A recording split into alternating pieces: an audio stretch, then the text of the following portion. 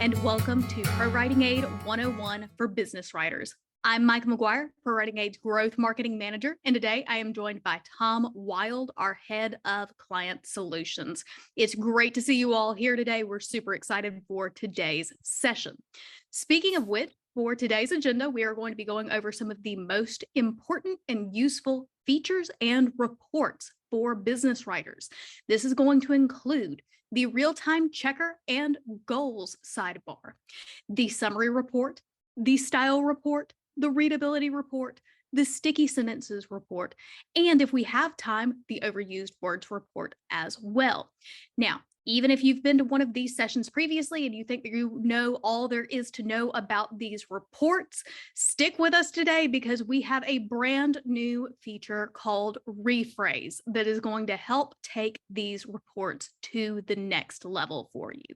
So they're going to be a huge help in helping work out how to make your writing easier to read, how to make it shorter, all of that good stuff. So stick with us and we'll show you how to use it.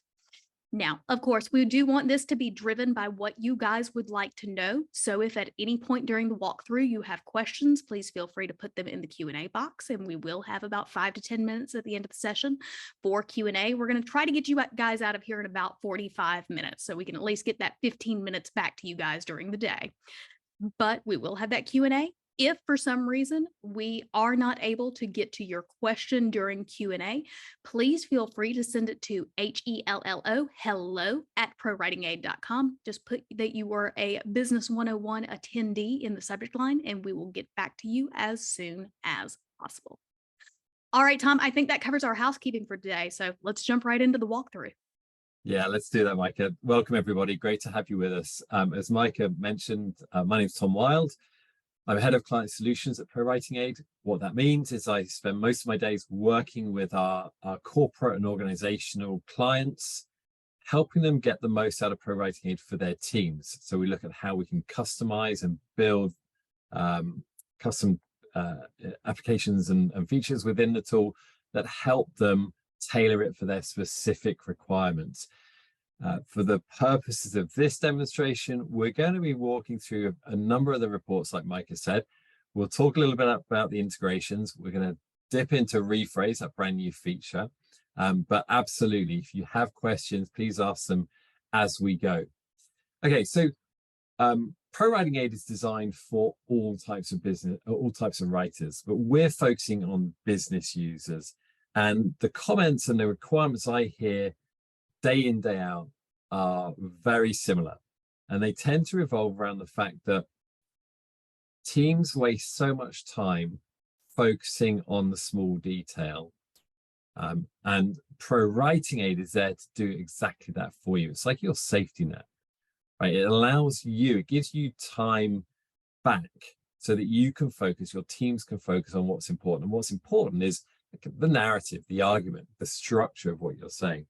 You let us, ProWritingAid, sweat the small stuff, the grammar, the punctuation, the style, the readability. It's like the editor on your shoulder. Or as one of my clients recently described it, a second pair of digital eyes. So it's helping check everything before you press send or before you forward that report for proofing or editing. So I'm going to share my screen. We're going to get straight into it.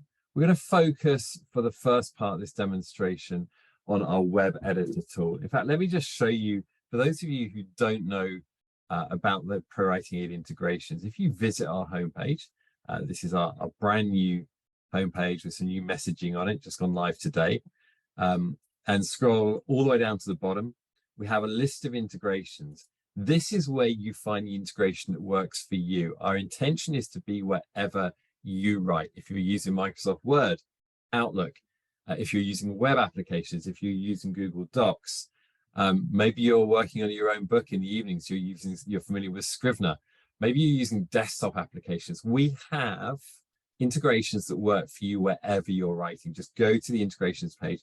You can access each of them from here, click on the relevant Learn More button, and download the relevant version for you. Once you're in, the user interface, the UI, is going to look similar to what you can see here. We have a couple of different variations, so you may see something slightly different depending on when you signed up.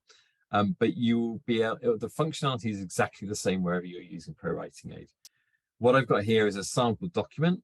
First of all, before we get into it, I'm going to set my settings, and primarily that's around my language. We only work in English, but we support different variations of English. So if you want to, if you're writing using US English versus UK English, then select your variation.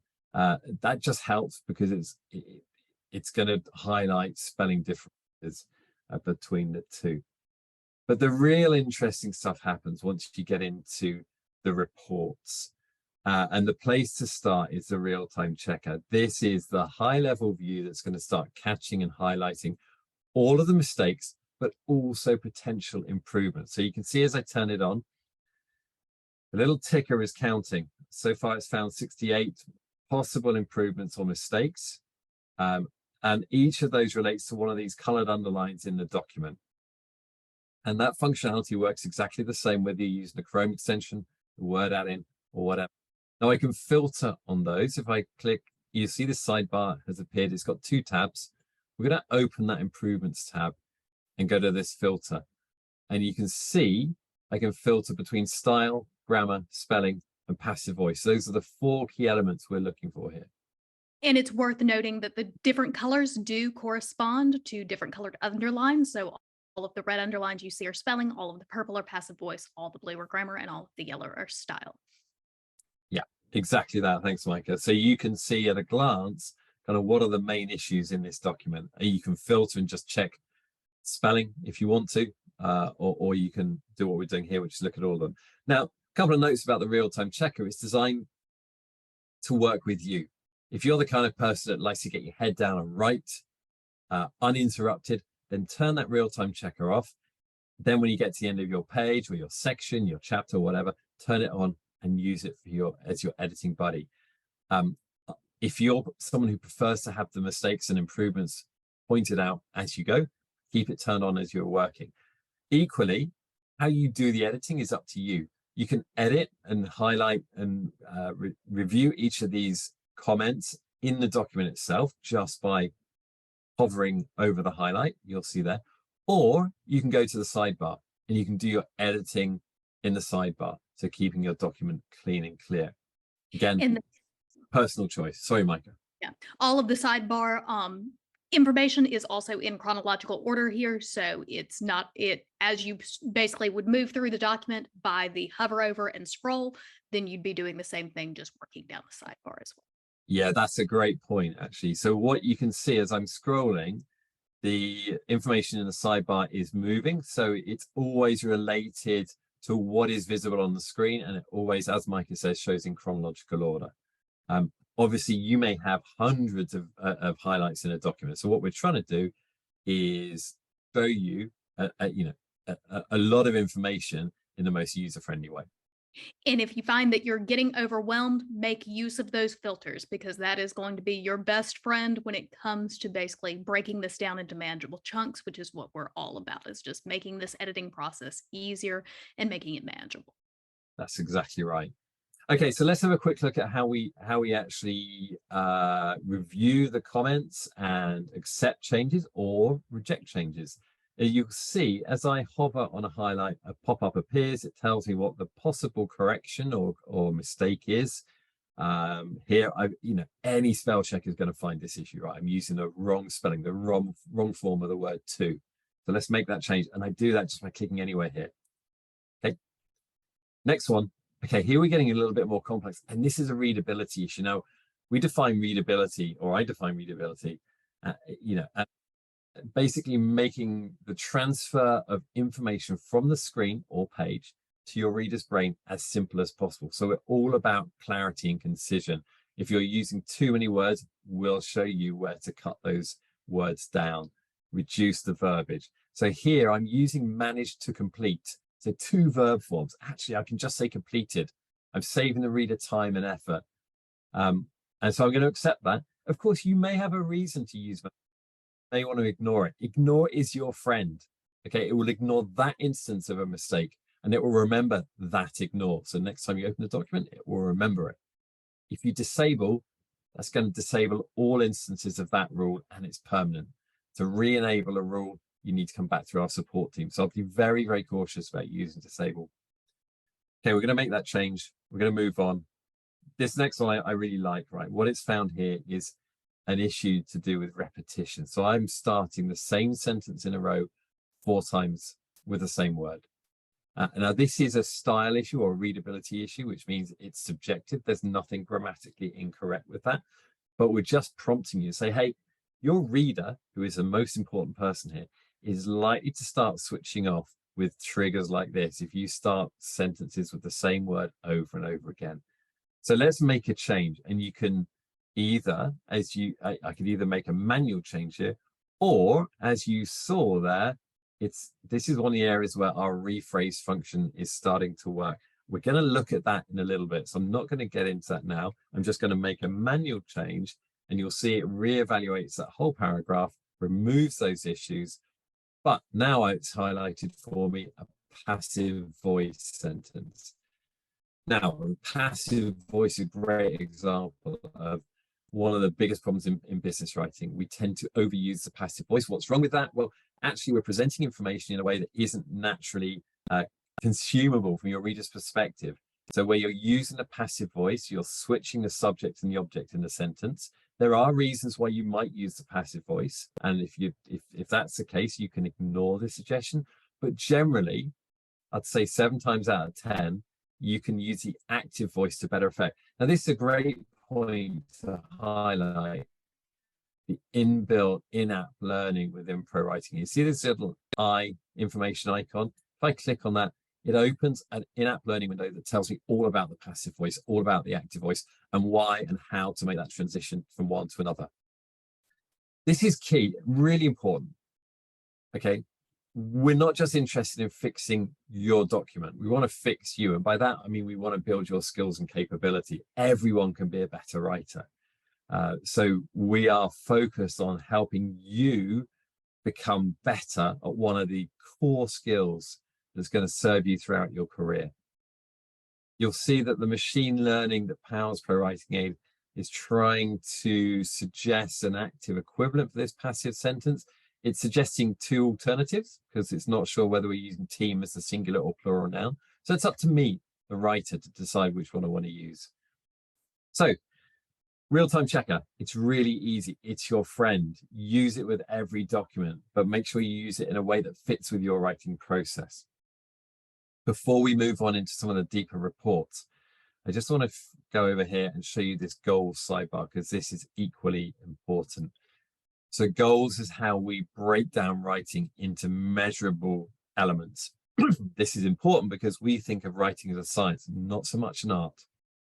So you're not necessarily born a good writer. You can become a good writer, but the challenge for many people is understanding where to focus, and goals helps you do that. So you'll see under goals, I've got my document type set. So this is a report. Now that will have an impact on the metrics that are showing on the screen. So if I were to select, for example, sales email, that would show different metrics. Some will be the same, but there'll be some different ones in there as well.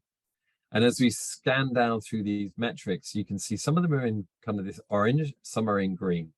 Orange is where you're missing the target. So grammar and spelling, 38%, way too low. My target zone here is 80% or higher. These scores are baked into the tool based on the analysis of millions of documents we do. Style, likewise, 63%. If I scroll down, readability, I'm on target. Readability is green. That's good. I'm hitting a readability grade of 8, and my target is 10 or lower. Okay, we'll look at readability in a few minutes. So 2 reasons that goals is so important. One, personally, for you as the writer, it helps give an indication of your benchmark. You will become familiar with what your scores are in your documents. Maybe you don't hit 80% every time in grammar and spelling, but maybe you're used to hitting 60% with your first draft. So if you're hitting 38%, something's going wrong. Secondly, if you've got a team, and ProWritingAid is built for teams, this is a great way of doing some QA work. So we have many ProWritingAid customers who are using it and telling their teams, hey, don't submit that report, don't send that email until you're hitting these targets in these metrics. So again, it's working with you to improve consistency and clarity and effectiveness. Okay, obviously it's giving you an indication of which other reports we're going to run. We're definitely going to look at grammar and spelling. But for a full rundown of all of that, let's have a look at the summary report. The summary report is like kind of goals on steroids, if you like. It goes into detail in all areas of that, those metrics. And by the way, goals is dynamic. So as I make changes, those metrics would move in real time on the screen. So I can see the impact of the edits I'm making. So summary report, we've got your key scores. These 3 scores will always be up front. Grammar, spelling, style, they are the most important. You can see I'm below target for each of those. Then I've got all the areas where my document looks great. And this is a detailed report. If I click on readability grade, for example, it takes me down to that section in the report, tells me how I'm doing, and then uses really simple visuals. So here, for example, I can see that although I'm on target for readability, 15 to 20% of my paragraphs are still classed as very difficult to read paragraphs. So I need to go and have a close look at that. So take time to understand this summary report. Some elements will be really useful for you. Other elements are built more for creative writers. So find the elements that you find useful and use them to make sure that you're improving your benchmarks and your consistency. And it's also worth noting to make sure that you do have your document type set, because that is going to affect some of the things that you're going to see in this report and bring forward some of the more important items for you. So if you're writing a business report, you're going to see things that are more related to that goal rather than, say, a goal that maybe a creative writer might be more interested in, like their dialogue tags or something like that. Yeah, that's a great point, Micah. Like I said, when we're looking at goals, if I selected my document type as something like sales email, then what you'd see here are metrics related to things like customer focus score, spam phrase counts, what are the phrases in your email that may get caught by a spam filter, those kind of things. So it is important to set that document type, and you can do that in the goals sidebar. What I'm really interested in here is the areas where my document needs more work. Grammar, spelling, style, we already know about, but look, sentence length, business jargon, glue index, and complex paragraphs. So I'm immediately getting a picture of what other reports, where else I should be digging into the detail of my document. So let's do that now. Let's go straight in with style and grammar. So I divide ProWritingAid reports into 2 areas. Okay, so you've got the reports that provide highlights, actionable highlights. With a simple click, I can make an edit change. We saw that in the RealTime Checker. It's exactly the same in style and grammar reports here. You can see the other report type, which I'll come on to in a minute, is an advisory report where it's just guiding you, saying, hey, this could trip up your reader. This could slow down your reader. You need to consider revising this. So let's look at style. All it's doing here is grouping together all of your errors and improvements by category. So a lot of this information you may already have picked up in the RealTime Checker. Here I can see all of my passive voice sentences, and I can edit each one at a time, blitz through my passive voice. I can see business jargon, and we know that's an issue in this document.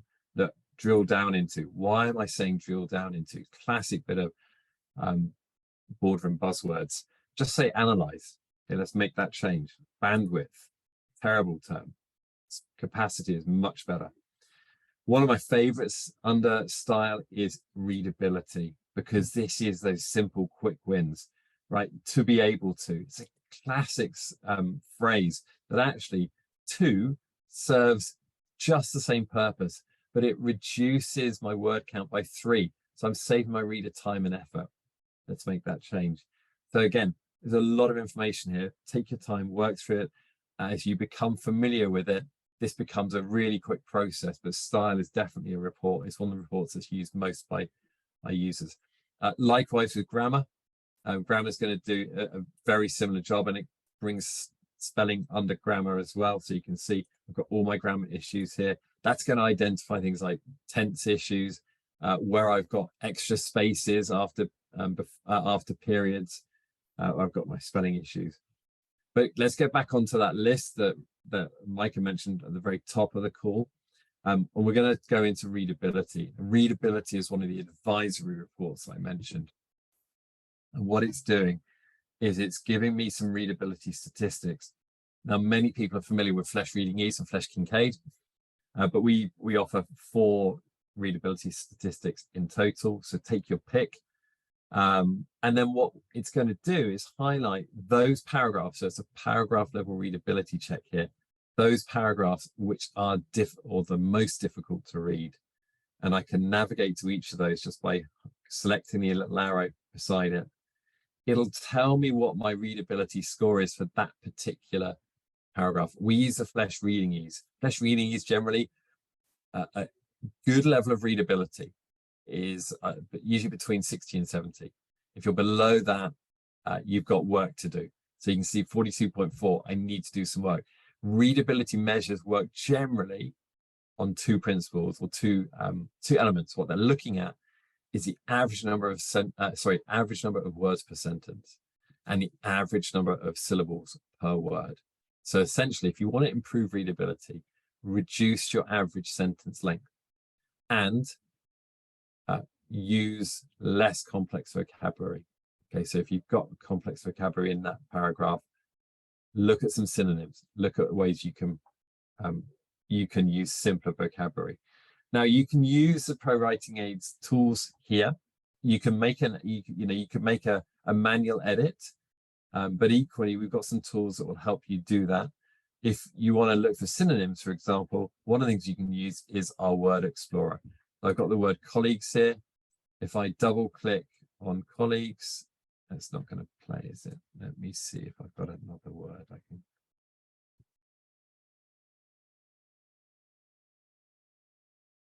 Okay, let me just move away from the readability report. What I wanted to show you now is this is always a challenge of doing live demonstrations. So our word explorer for some reason isn't working today. What you would normally see here is a little pop-up that has lists of synonyms and the ability to click and open the word explorer in detail, which really goes into detail about that word you've chosen and will give you options for synonyms, for antonyms, for collocations, so the kind of adjectives, adverbs you might use before or after that particular word. Unfortunately, for some reason, it's not working live, so I'll have to take a look at that afterwards, but hopefully I've explained that well enough. Okay, readability. Let's dive into sticky now, because we know sticky sentences are an issue in this document too. Sticky sentences.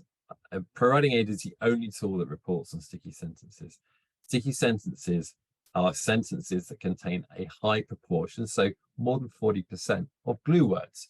Glue words are the 200 most commonly used words in the English language, and they are typically prepositions and articles and other words that we use to glue together the working words. The verbs are what brings writing to life, and the nouns.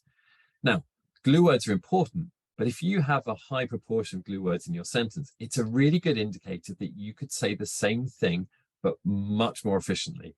So you could cut out a lot of the fluff. Let's have a look for an example here. So I'm going to hide the semi-sticky sentences and focus on sticky sentences. And here's one of them. So the sentence is, for those on the board who want to get into the detail, week by week timeline is here. And you can see all the glue words listed. And if you read those out on their own, they don't give you any of the context, any of the meaning of the sentence. So we know we could rewrite the sentence in a way that is much more direct, much shorter, much more economical. Now, historically, you would do that yourself. You would look at that sentence and make the edits. But here's one of the areas that you could use our Rephrase tool. And Rephrase is where ProWritingAid is harnessing the power of GPT-3. It's incredibly powerful. I'm sure everybody here has heard about GPT-3, ChatGPT, and OpenAI in the last 3 months. In fact, for many of us, there's little else in our timelines on places like LinkedIn. It's very, very powerful. These large language models can really do some interesting analysis. Just a word on that. So with using GPT-3, your data is being handled in a different way. So for some of our corporate customers, we turn this off because we are not handling your data for rephrasing. It's being handled by GPT-3. Now, if that's an issue, you want to discuss that further, get in touch. We can talk about that over a demo. But let's have a look at some of the rephrases. So I click on Suggest Rephrases. This is a sentence level tool, and it's going to give me some suggestions for how I could write that sentence, but in a less sticky way. And you can see what I mean. Here we're focusing on the working words, the verbs and the nouns, cutting out all of those glue words. So I can just get direct and to the point and implement that change. So you don't have to use rephrase. A lot of this will come to you with habit. You'll start to see how you can rephrase for yourself. But it's a powerful tool to use. Okay, let's have a quick look. I just want to show you what ProWritingAid looks like in some of our other applications so you understand what I was saying about kind of ubiquitous UI. So here I've got the same document and I've got it open as a Word. See, I've got ProWritingAid installed on my ribbon here. And as I click on ProWritingAid, it opens the same UI. I've got the same functionality, exactly the same, in fact, that I had in the web editor. Many of you will be using a Chrome extension. Let's have a look at that. So here I've got an email in a Gmail message open. I've got the Chrome extension installed up here. You can see it. You can see it's already doing the work and highlighting some of these words. Okay, so I've got a missing comma before prepositional phrase here. So it's doing the real-time checking work. If I want to go into those deeper details, just click on that. I'll show you that again. Click on the colored dot in the corner. That opens the ProWritingAid pop-up with the goals sidebar, the improvement sidebar, and I can open the full editor. The full editor means I have an overlay giving me access to all of those deeper reports you can see here. Okay, there we go. So I can make changes, I can do my deeper analysis, and I can apply changes by clicking on the right-hand button. So again, use ProWritingAid where you write. You don't need to copy and paste everything into our web editor. We have versions that will support you wherever you are. All right, I want to move on quickly because I know we're getting short on time. I'm going to quickly dive in and show you rephrase once again, because one of the things I want to show you is when we're doing rephrase as part of the real-time checker, you'll see it's giving me additional options here. So not just the set number that we saw with sticky sentences. Here I can actually define how I want to change this sentence. Do I want to make it more fluent? Do I want to make it more formal or informal? Do I want to add sensory elements? That's really focused on creative writers. Do I want to shorten it? Do I want to expand it? Yeah, Micah. A couple of those options, particularly for fluency, formal, informal. So formal and informal are kind of like what they say on the tin. It's making your writing more formal or more conversational. Fluency in particular is a very interesting one because this is focused towards English as a second language speakers. However, even if you are a native speaker, you can get some useful tips out of it because what it's focusing on is primarily transitions and flow of your writing. So if you've ever read a paragraph and you felt like, oh gosh, you know, this feels like it's really choppy and I'm not sure how to improve that. A lot of times that's an issue with transitions. And if you start playing around with the fluency setting on a few of your sentences, I'm sure you'll actually find some ways that you can make it a overall smoother reading paragraph. Yeah, absolutely that. And don't forget, this is being driven by large language models, okay? It does not understand the context that you're using it in. Do make sure you're looking and deciding for yourself which is the best version here. Yeah, and another point is don't be afraid to use it as inspiration too. Maybe you don't see a sentence that is a perfect match for you, but you sit there in between 4 or 5 of the different options. You say, you know what? Hey, I'm going to use this sentence structure. I really like that one word in particular. And then I am going to add in this phrasing onto the end of the sentence. Don't be afraid to mix and match instead of just taking the suggestions that the advisor is giving you, because basically, again, ProWritingAid is about making you a better writer. Think of this as an inspiration source. If it's the best way to say it and you can't think of a better way to word it, perfect. But if you're going, you know, I don't know that any of these quite match, mix and match your options. Yeah, absolutely. Hey, and a little known secret here, we'll give you this one free. If you're a non-native English speaker and you're stuck, write your sentence in your native language, click on Rephrase, and it will translate it and give you English alternatives. That's right, Tom. Do we have an option to show that in action? No, Let me... well, I don't have a sentence prepared, and my French isn't good enough to even start using it right now, but I do couldn't give it a remember go. if I had one on hand, but I think if you look at my LinkedIn page, I shared one that was lyrics from a Romanian song that I was giving everyone an earworm with. So Yeah. just check that out if you're interested in seeing that in action. But it's an amazing feature. Basically, we can do a mix of English and other languages. So if you're simply forgetting a single word, just type that word in your native language and the model will be able to figure out, hey, this is what they actually mean. Here's how to rephrase it. Exactly that. Yeah, that's right. Okay, look, time's ticking on, and we've got a lot to cover. First of all, I want to take a quick look at some of the settings behind ProWritingAid for those of you that are working in teams, because if you've got a team of users, ProWritingAid is perfect.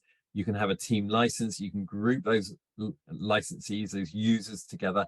You can have administrators then manage that team. Here's my ProWritingAid team. It's really easy for me to invite other people to that team. So if people join ProWritingAid, we just send them an invite to join the team. If people leave ProWritingAid, I can click on their name here and remove them as a user.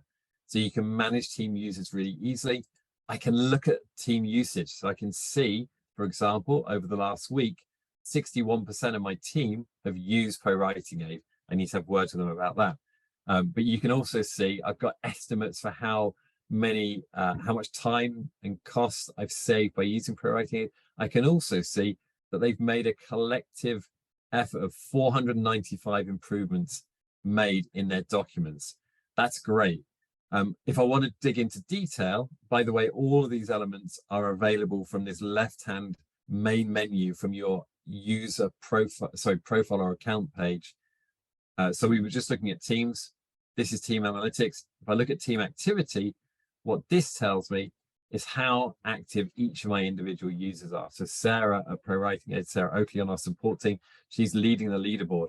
She used ProWritingAid 6 days in the last week, and she accepted 148 suggestions last week, 385 in the last month. Great way of looking at that return on investment for those amongst you who are working in teams, seeing how active your teams are, but also who might need more support. Okay, let's have a quick look at some customization as well, because this is a really important part of ProWritingAid, and I just need to open a couple of pages here. What I want to look at is style guides. Many of our corporate customers have their own defined style guide, and they want to use those style rules within ProWritingAid. So essentially, they're looking at how to automate those style rules. Now, if I go to style guides again from this left-hand menu, it opens an interface where I can create rules personal to my documents, but also team rules. So I have a ProWritingAid team further down on the screen here. Any rule that I create there will automatically roll out to users. These rules can do everything from the very, very simple to the very, very complex. I'll show you a really simple one, right? So here we've got the University of Pennsylvania. The University of Pennsylvania, whose brand name is University of Pennsylvania, and yet staff and students all use the term Pennsylvania University. So we create a really simple rule for them. We use the sample wrong sentence. We isolate the match, what the specific term is that we want to correct, and what the replacement is. So it's just to find and replace, but then we create a message as well. We test that. A green result is good. If it was red, there's a problem with the logic. And then we save it.